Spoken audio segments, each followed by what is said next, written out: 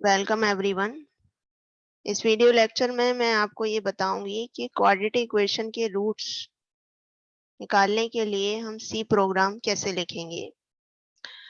तो सबसे पहले ये जानना जरूरी है कि क्वाड्रेटिक इक्वेशन क्या होती है।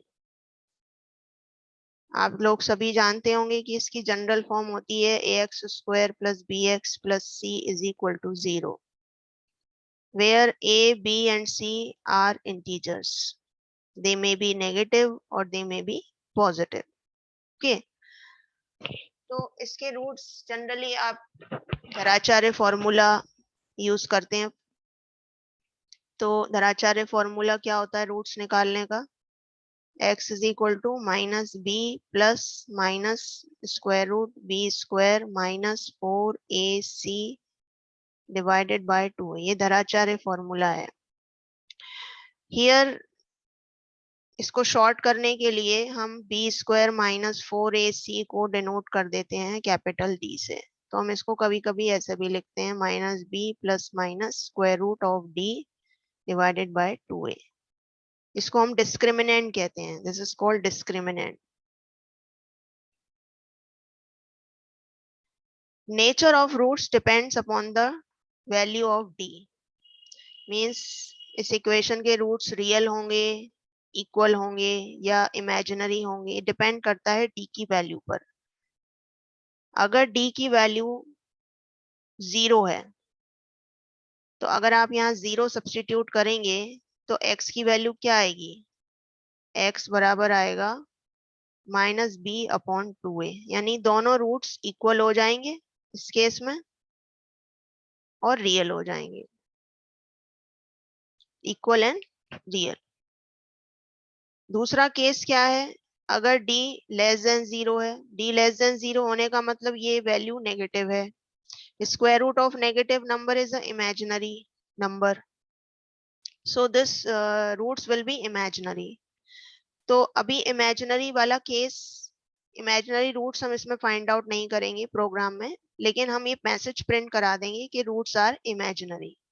तो यहाँ पर रूट्स कैसे होंगे? इमेजिनरी।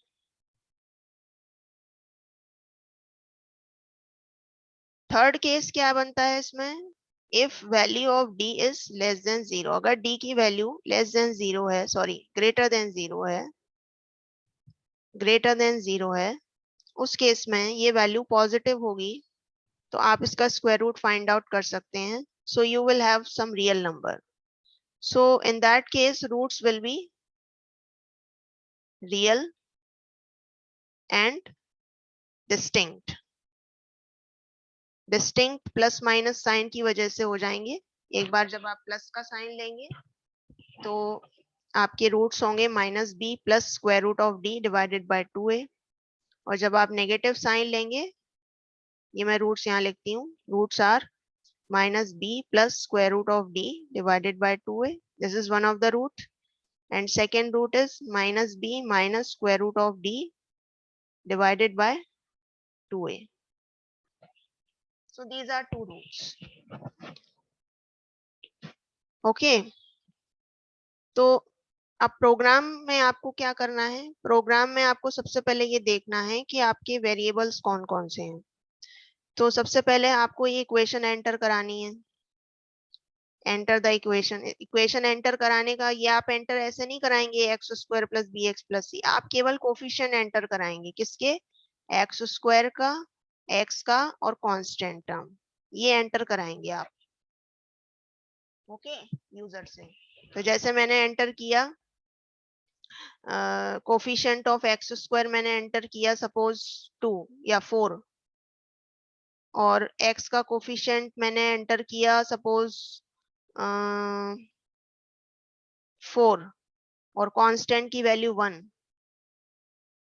तो मेरी इक्वेशन क्या बनेगी? 4x square plus 4x plus 1, ये बनेगी।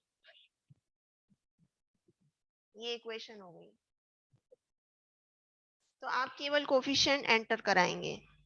तो कोफिशिएंट का टाइप क्या है? Variable type. ये सारे इंटीजर हैं।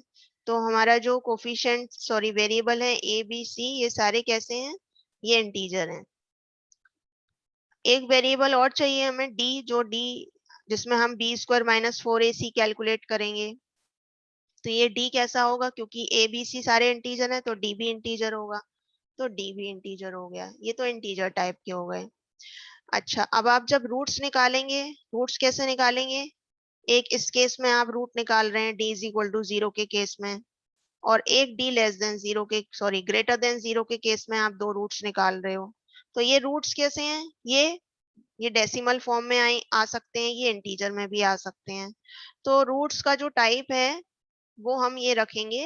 रूट्स, सपोज अगर मैं इसको x1 से डिनोट करती हूँ और दूसरे रूट को मैं x2 से डिनोट करती हूँ, तो मैं x1 x2 का टाइप क्या लूंगी?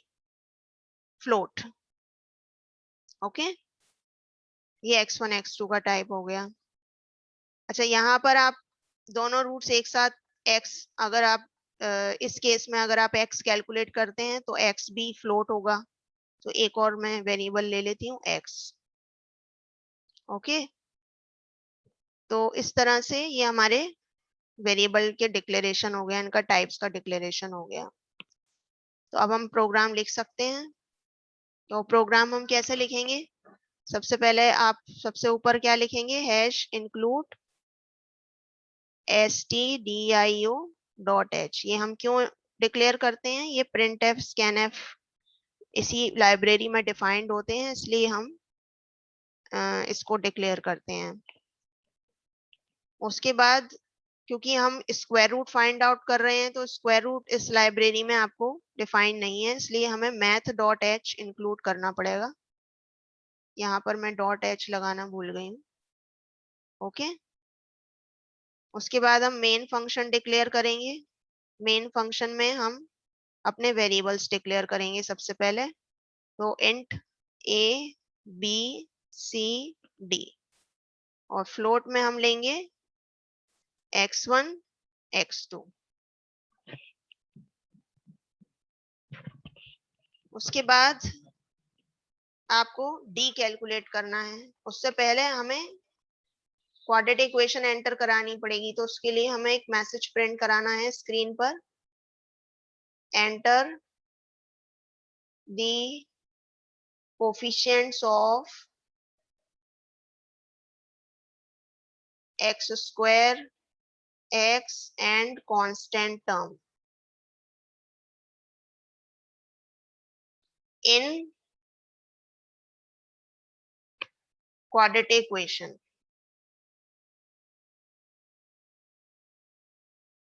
ओके, उसके बाद आप स्कैनएफ करेंगे। स्कैनएफ में हमें ए बी सी को रीड करना है, तो %d लगाएंगे हम, और यहाँ पर %a, %b, %c, इन तीनों की वैल्यू एबीसी में, एबीसी की वैल्यू एबीसी में स्टोर हो जाएगी। Now we calculate D.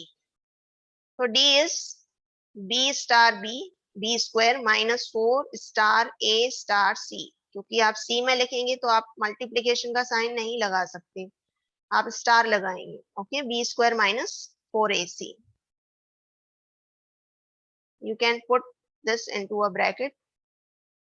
Now we check if d is less than 0। सबसे पहले हम ये कंडीशन चेक कर लेते हैं कि इमेजिनरी की कंडीशन है। तो अगर ऐसा है तो print F roots are imaginary.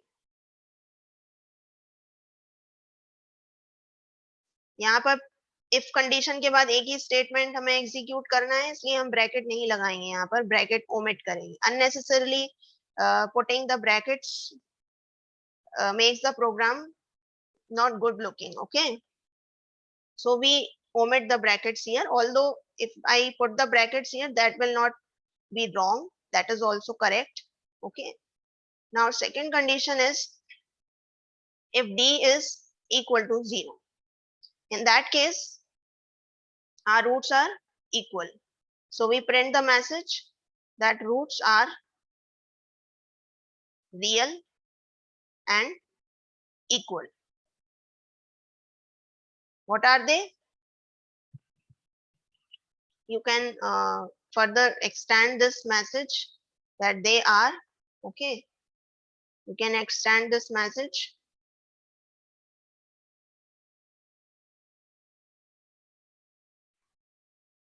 They are. Okay, now we calculate roots. So we calculate root x is equal to minus b divided by 2 star a. अब यहाँ पर आपको एक बात याद रखनी है, क्योंकि a और b दोनों इंटीजर हैं, तो अगर आप a इंटीजर को इंटीजर से डिवाइड करोगे तो आंसर इंटीजर आएगा और x में वो सेव हो जाएगा. लाइक अगर आप 3 को 2 से डिवाइड करोगे तो आंसर 1 आएगा, जबकि आना चाहिए 1.5. तो यहाँ पर इसमें ये आंसर रॉन्ग हो जाएगा. तो हम इसमें क्या करेंगे, इसमें थोड़ा सा हम चेंज करेंगे.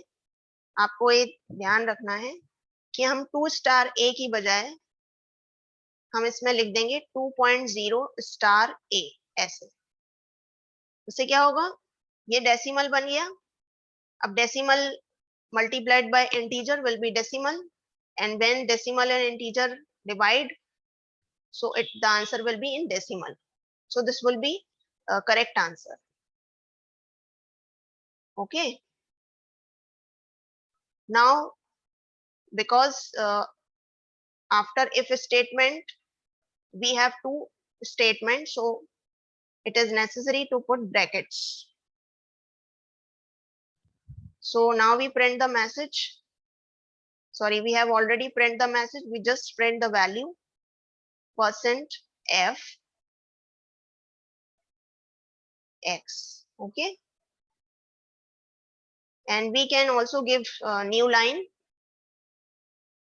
after these messages. Okay, now we check the third condition. If d is greater than 0, in that case roots are real and distinct. Okay, they are क्या है, x1 is equal to minus b plus square root of d, put this into a bracket, divided by 2 star a. मैंने इसको भी bracket में रखा है और इसको भी ब्रैकेट में रखा है. अगर आप ऐसे लिखेंगे minus B plus S Q R T D divided by 2a, और आपने इसको ब्रैकेट में कर दिया लेकिन आपने इनको ब्रैकेट में नहीं किया, तो क्या होगा, ये कैलकुलेशन पहले हो जाएगी और फिर जो भी आंसर आएगा that will be multiplied by a, तो the answer will be wrong. तो you have to take care while doing such type of calculations in programming. Second root is minus b minus sqrt d whole divided by 2 star a, and we printf the values %f x1 x2, and we close the bracket of if, return 0, and we close the bracket of main. Okay, so this is how we write the program to find the roots of quadratic equation. Let me show you how to run this program. मैं आपको run करके भी दिखाती हूँ program. This is the program जो मैंने already type किया हुआ है, वही प्रोग्राम टाइप किया हुआ है जो मैंने अभी अभी लिखा है आप लोगों के स्क्रीन पर सामने. तो यहाँ पर वेरिएबल्स डिक्लेयर किए हुए हैं ABCD, फ्लोट, XY, एंड यहाँ पर मैंने x और y यूज किया है. आप x1 x2 भी लिख सकते हो. ओके, तो enter the coefficient of x square, x and constant quadratic equation. Then we have scanned those values. तो अब फिर d कैलकुलेट किया, उसके बाद d को चेक किया, d लेस देन 0 है, then we print up the message that both roots are imaginary. If d is equal to 0, because we are doing comparison, so we cannot write equal to 0. That equal to 0 is assignment. When you compare, you have to put double equal. Okay, printf both of the roots are equal, which is equal to x is equal to minus b divided by 2.0 star a. Printf %f x. Then third condition is if d is greater than 0, then we printf both roots are real and distinct. They are as follows: x is equal to minus b plus square root of d divided by 2a, and y is minus b minus square root of d divided by 2a, and then print both values. While printing, I have also given \n command so that every result come in a new line. Return 0. Okay, let me execute the program. So I have pressed the run button. So I am looking the message on my screen. Enter the coefficients of x square, x and constant in quadratic equation. So let me enter the value of coefficient of x square as 4. Press enter. Then let me enter the value, coefficient of x as say 4. Press enter. Then constant term is 1. So roots are equal to minus 0.5. Okay. Let me again run the program.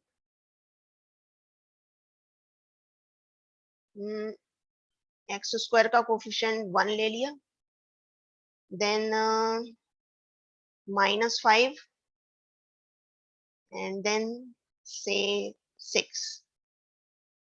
So roots are 3 and 2. Okay.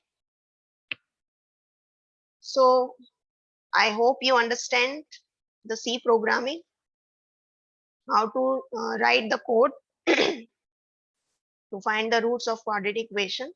यहाँ पर मैंने heading डाली हुई है program to find roots of quadratic equation.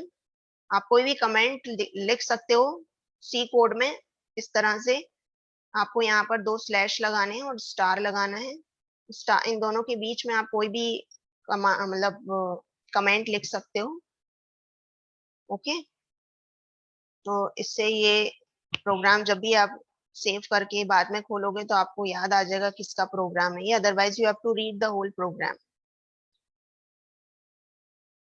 So thank you very much for watching the video, and if you like my video you can press the like button and share it, and also subscribe my channel to get the notification of any other new video on this channel. Thank you so much.